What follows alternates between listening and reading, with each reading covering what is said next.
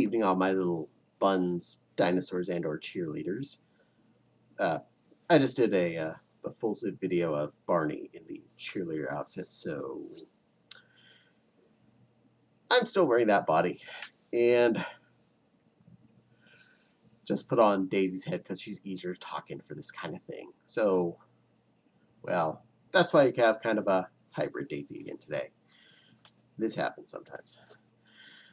So, today will be a fun topic. A bit of story time. Now, I love Christmas decorations. I'm not going to deny that one tiny little bit. I love all the lights. I love Christmas stockings. I obviously love Christmas outfits. If you've seen half my videos I've put up over this last month, Christmas is pretty darn cool for apparel and accoutrements around your house.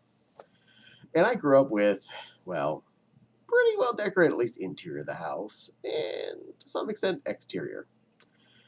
Minor explanation of starting from back then. We always had a Christmas tree when I was a little kid, every single year. An actual tree because, well, my dad's family owned a Christmas tree farm, so it was kind of a thing we did. Actual tree. One kind of flaw to this problem. Dad is allergic to cedar. And to some extent, I'm allergic to cedar. And to a third extent, my mother hates vacuuming up pine needles. So there's 3 good reasons why that tradition stopped sometime in my early elementary school age. I don't remember exactly which year we picked up the first fake tree, but once we went fake, we definitely never went back. um, Same tree stand. We just replaced the tree bucket. Well, it was a tree plate, but we used a different tree star thing on the base but we went from one that actually had a water reservoir to one that came with the fake tree. That was a lot of trying to describe for not much reasoning, but I hope you all got the idea.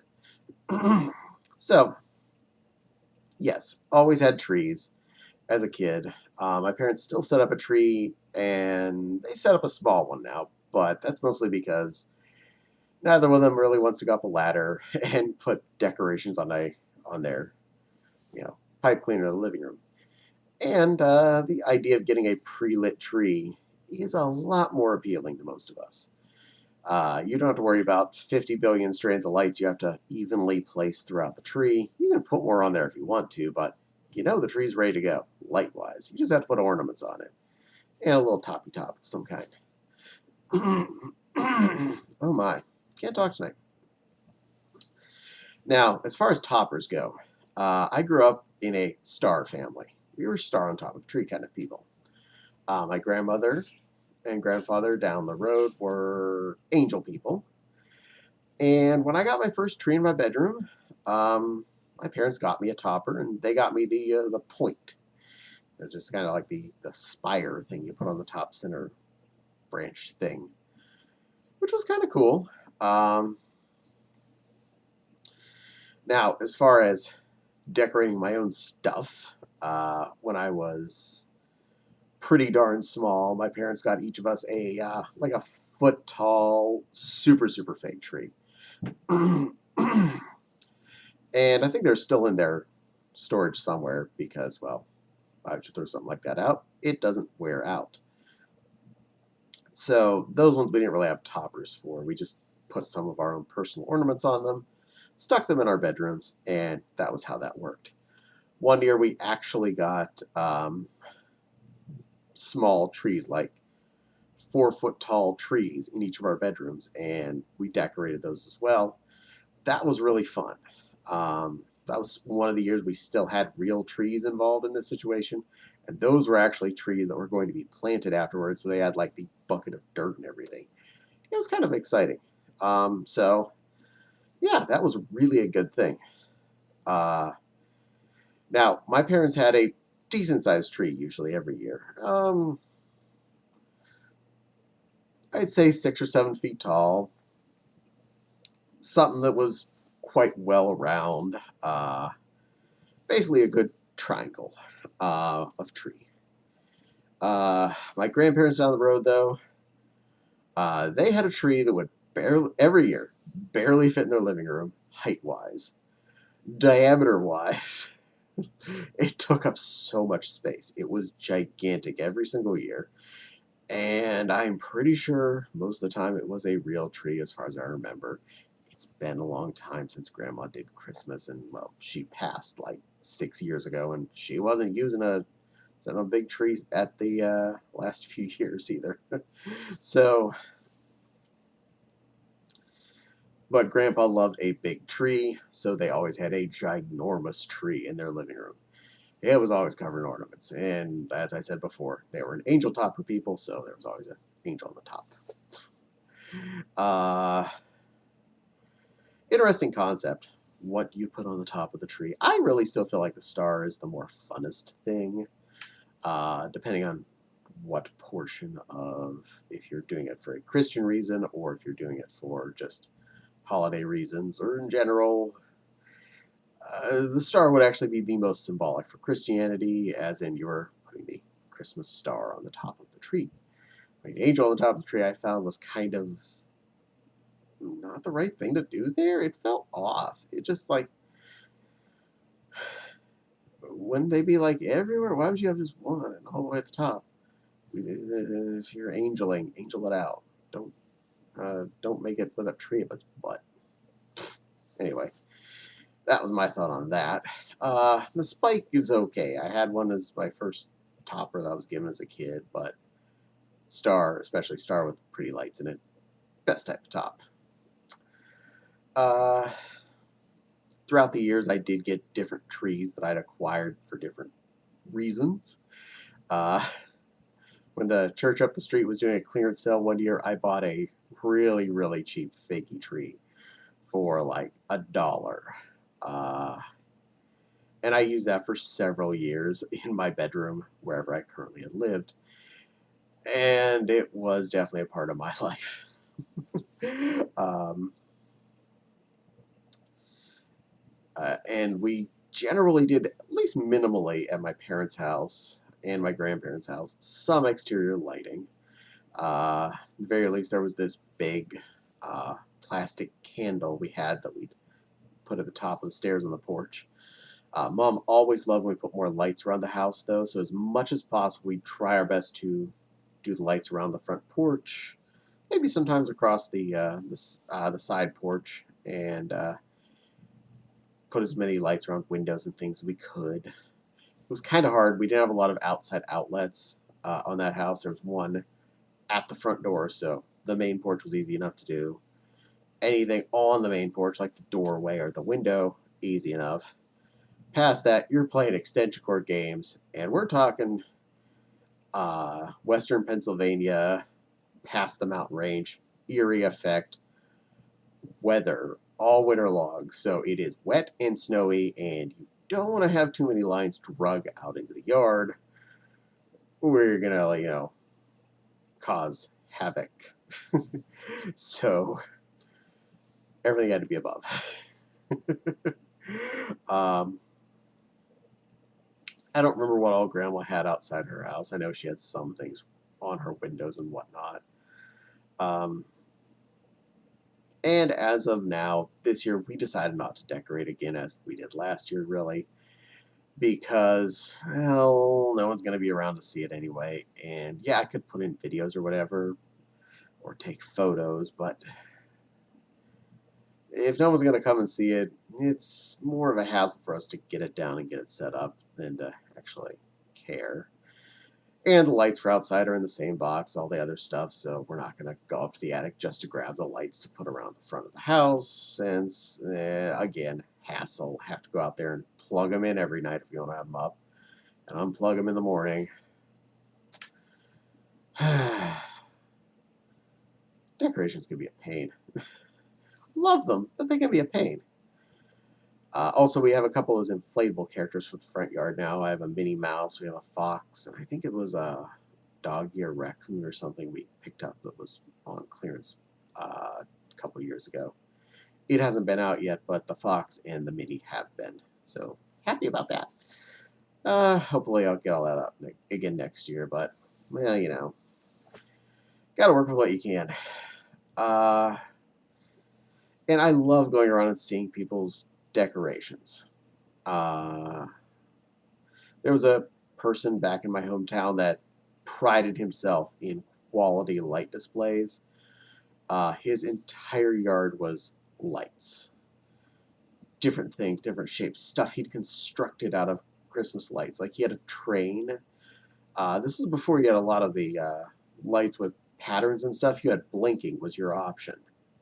Using blinking lights, he managed to create a train that looked like it was going.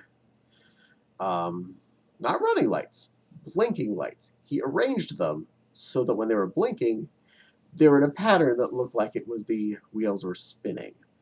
That takes some skill. That dude had some panache. He did woodworking and stuff, so he made wood frames for all of these shapes, all these things that he had in his yard. Covered his house, covered his yard, lights of all sorts. I would hate to see his electric bill in the wintertime because this was back in light bulb days, not LED days, so that was probably expensive to run. um, so, yes, love Christmas lights. Okay, now for the annoying part. This is actually a very recent thing. This happened last year once, and so far, 3 nights in a row, I've had this problem. The neighbors next to us have some of those projection things. You have that little spotlight in the yard that pushes light up onto your house, makes it look like it's covered in lights everywhere. So you got all the little like green or blue sparkly bits everywhere. They have at least two of them, I know, because one of them, last year, one night, it had shifted slightly to the left, and it was shining right on my bedroom window. And this is a bigger problem because those lights aren't just like light bulbs. Those are like spotlights. And the mini blinds were down, and still are down. It shines through the mini blinds and splashes on the wall on the other side of the room.